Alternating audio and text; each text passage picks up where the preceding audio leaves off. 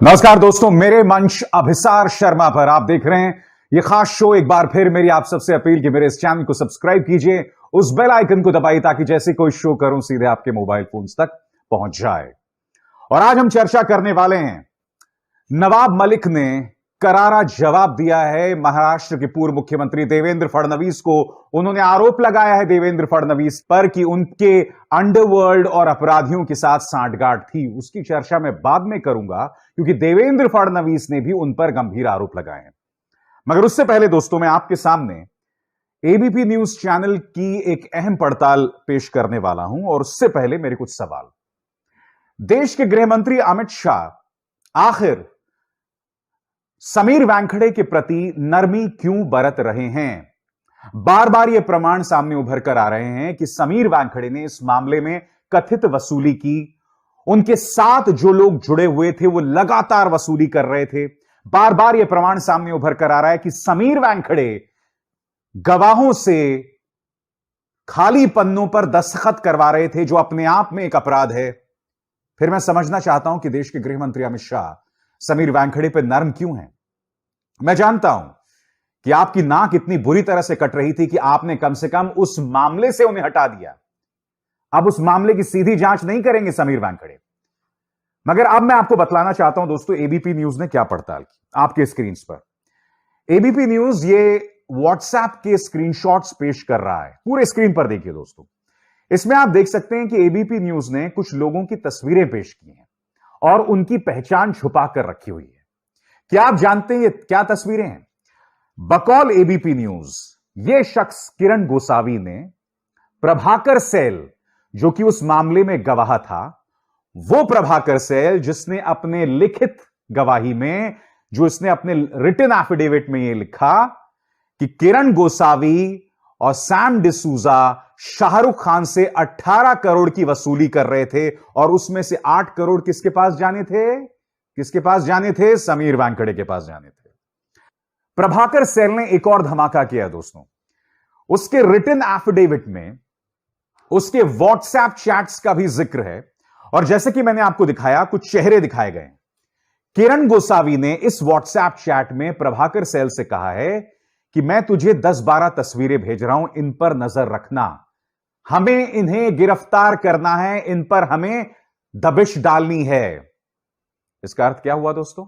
इसका अर्थ यह हुआ कि पहले से ही किरण गोसावी ने किसी के कहने पर यह फैसला कर लिया था कि इन लोगों पर जो है कार्रवाई करना है, उन्हें गिरफ्तार करना है। इससे बड़ा कोई प्रमाण नहीं हो सकता दोस्तों यह साबित करने के लिए कि आर्यन खान को समीर वानखेड़े और उनकी टीम ने फंसाया था। मकसद था वसूली करना, शाहरुख खान से वसूली करना, शाहरुख खान को टारगेट करना, और उसी के चलते उन्होंने फंसाया था। मैं आपको यह भी बतलाना चाहूंगा दोस्तों कि आपको याद होगा कुछ दिनों पहले टाइम्स ऑफ इंडिया की खबर सामने उभर कर आई थी, जिसमें समीर वानखेड़े ने अपने जो सीनियर ऑफिसर्स हैं उन्हें इस बात का भरोसा दिलाया था कि आर्यन खान के पास से ड्रग्स बरामद हुए हैं। बाद में पता चला कि उसके पास तो ड्रग्स ही नहीं थे। नारकोटिक्स कंट्रोल ब्यूरो का पूरा केस क्या था कि साहब कुछ व्हाट्सएप चैट्स हैं और इन व्हाट्सएप चैट्स के आधार पर हम इस निष्कर्ष पर पहुंचते हैं कि आर्यन खान जो है वो इंटरनेशनल ड्रग्स तस्करी कर रहा था, उसके ताल्लुकात इंटरनेशनल ड्रग माफिया के साथ थे, शाहरुख खान का बेटा ये सब कर रहा था। मगर एबीपी न्यूज की पड़ताल जो है ना दोस्तों, वो एक तरह से पोल खोल रही है समीर वानखेड़े की, क्योंकि इन तस्वीरों में आप देखिए साफ तौर पर किरण गोसावी पीछे खड़ा हुआ है समीर वानखेड़े के, वो समीर वानखेड़े के साथ खड़ा हुआ है।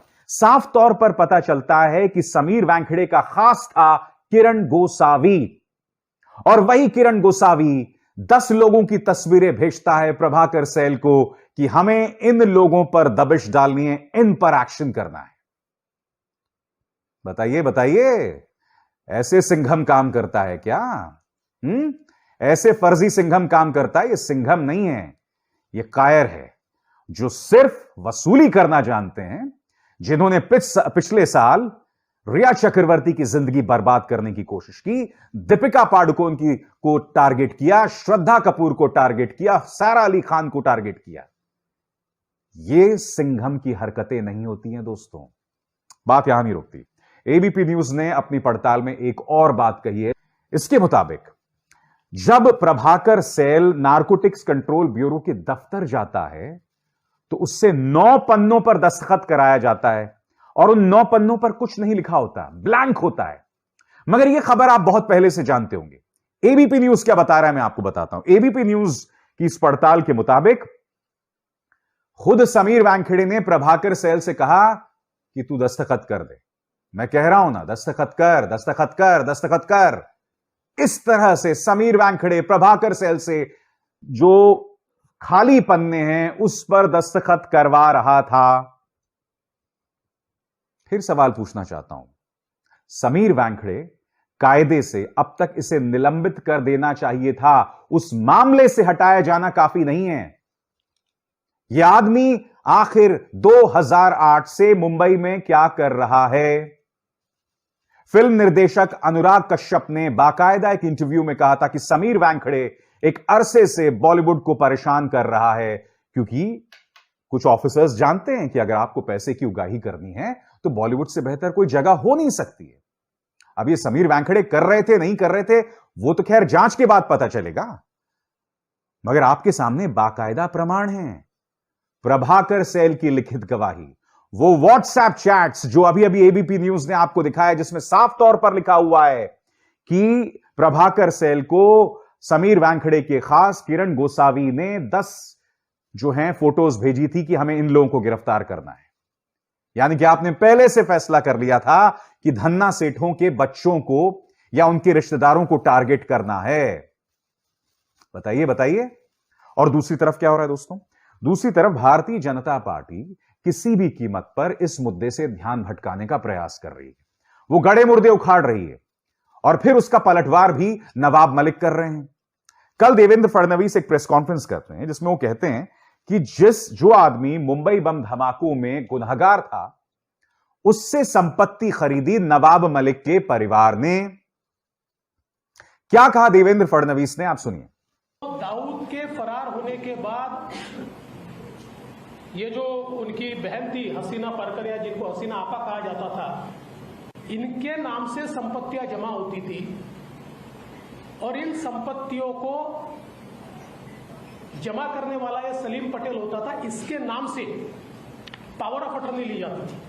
अब कुर्ला में 2.80 एकड़, 3 से थोड़ी कम, 1,23,000 स्क्वायर फीट की जगह, इसको गोवा वाला कंपाउंड कहा जाता है। तो गोवा वाला करके उनकी जगह थी और ये जगह कहां है कुर्ला में? एलबीएस रोड पर। जिनको एलबीएस रोड, आपको तो मेरे से ज्यादा जानकारी है कि वो कितना प्राइस्ड एरिया है। यानी सलीम पटेल और शाह वली खान ने मिलकर इस जमीन की बिक्री की है।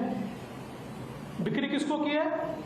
Solidus investments private limited.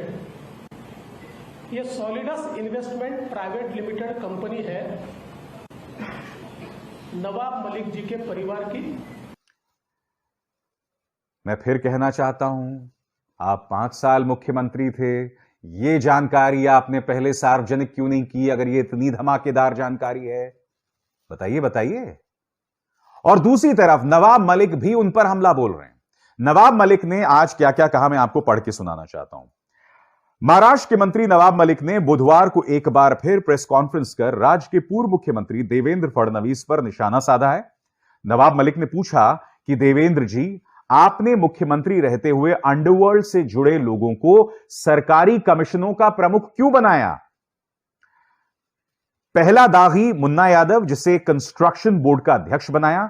Haider आजम को मौलाना आर्थिक बोर्ड का अध्यक्ष बनाया।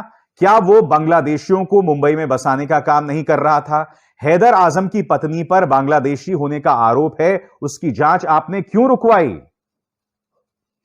क्या कहा नवाब मलिक ने? क्योंकि वो ये भी कह रहे हैं कि रियाज भाटी नाम का एक अपराधी है, कथित अपराधी है, वो 2 नकली पासपोर्ट के साथ पकड़ा जाता है और ये वो रियाज भाटी है जो प्रधानमंत्री के एक फंक्शन में भी हाजिर रहता है। क्या कह रहे हैं नवाब मलिक, सुनिए। रियाज भाटी किसके साथ तस्वीर उतार रहा है ये सवाल नहीं है। सवाल ये है कि 2 पासपोर्ट के साथ अगर कोई एयरपोर्ट पे क्रिमिनल पकड़ लिया जाए तो 2 दिन में कैसे छूट जाता है। लेकिन आप लोगों का नेक्स्ट सवाल ये है कि प्रधानमंत्री के कार्यक्रम में कैसे एक्सेस मिल जाती है। तस्वीरें किसी की शादी में किसने उतार ली, मैं ये नहीं कहना चाहता। किसी नेता के साथ उसकी तस्वीरें, ये आरोप मेरा नहीं। मेरा आरोप है कि 2 पासपोर्ट, जाली पासपोर्ट के साथ मुंबई एयरपोर्ट पे पकड़ा गया एक कुख्यात गुंडा, 2 दिन में जमानत हो गई। एक कुख्यात गुंडा जिसके ऊपर लगातार आरोप थे, प्रधानमंत्री के कार्यक्रम के भीतर जो वीआईपी का पूरा अरेंजमेंट था उसमें कैसे पहुंचा। पूरी तरह से देवेंद्र जी का संरक्षण उसको था।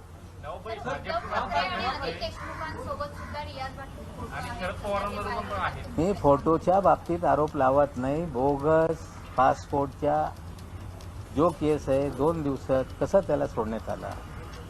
पंतप्रधान यांच्यासोबत स्कूटनी केल्याशिवाय कुणाला जाण्याची परवानगी नसते। और इस मामले में देवेंद्र फडणवीस फंस जरूर गए हैं।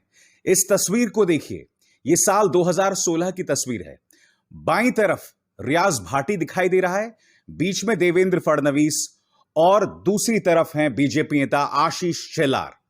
आम आदमी पार्टी नेता प्रीति शर्मा मेनन ने 2016 में कहा था कि दाऊद इब्राहिम का गुंडा रियाज भाटी हमारे स्कूलों में क्या कर रहा है।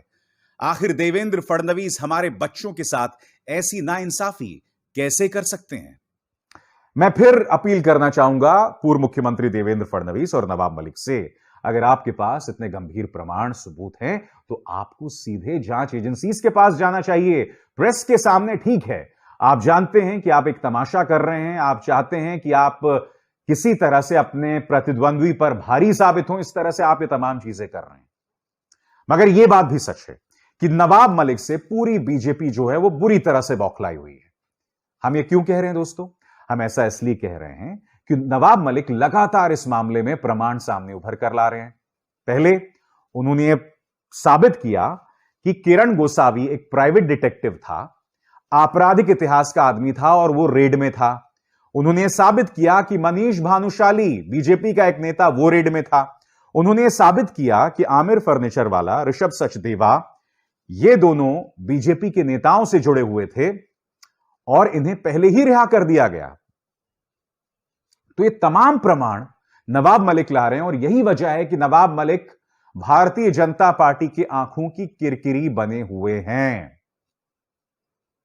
मगर मैं दोबारा अपने इस कार्यक्रम का जो मुख्य विषय है उसकी तरफ आपका ध्यान खींचना चाहूंगा कि आखिर समीर वानखेड़े को अमित शाह क्यों बचा रहे हैं। क्योंकि बार बार यह प्रमाणित हो रहा है कि उनके लोग उनके जरिए संभवतः वसूली कर रहे थे। 8 करोड़ की बात हो चुकी है, व्हाट्सएप चैट सामने उभर कर आ चुकी है। अमित शाह आखिर किस बात का इंतजार कर रहे हैं, बताइए। मगर इस मंच का मकसद साफ है दोस्तों, हकीकत आपके सामने लाना, बेबाकी से लाना, और उससे मैं पीछे नहीं हटने वाला हूं। नमस्कार।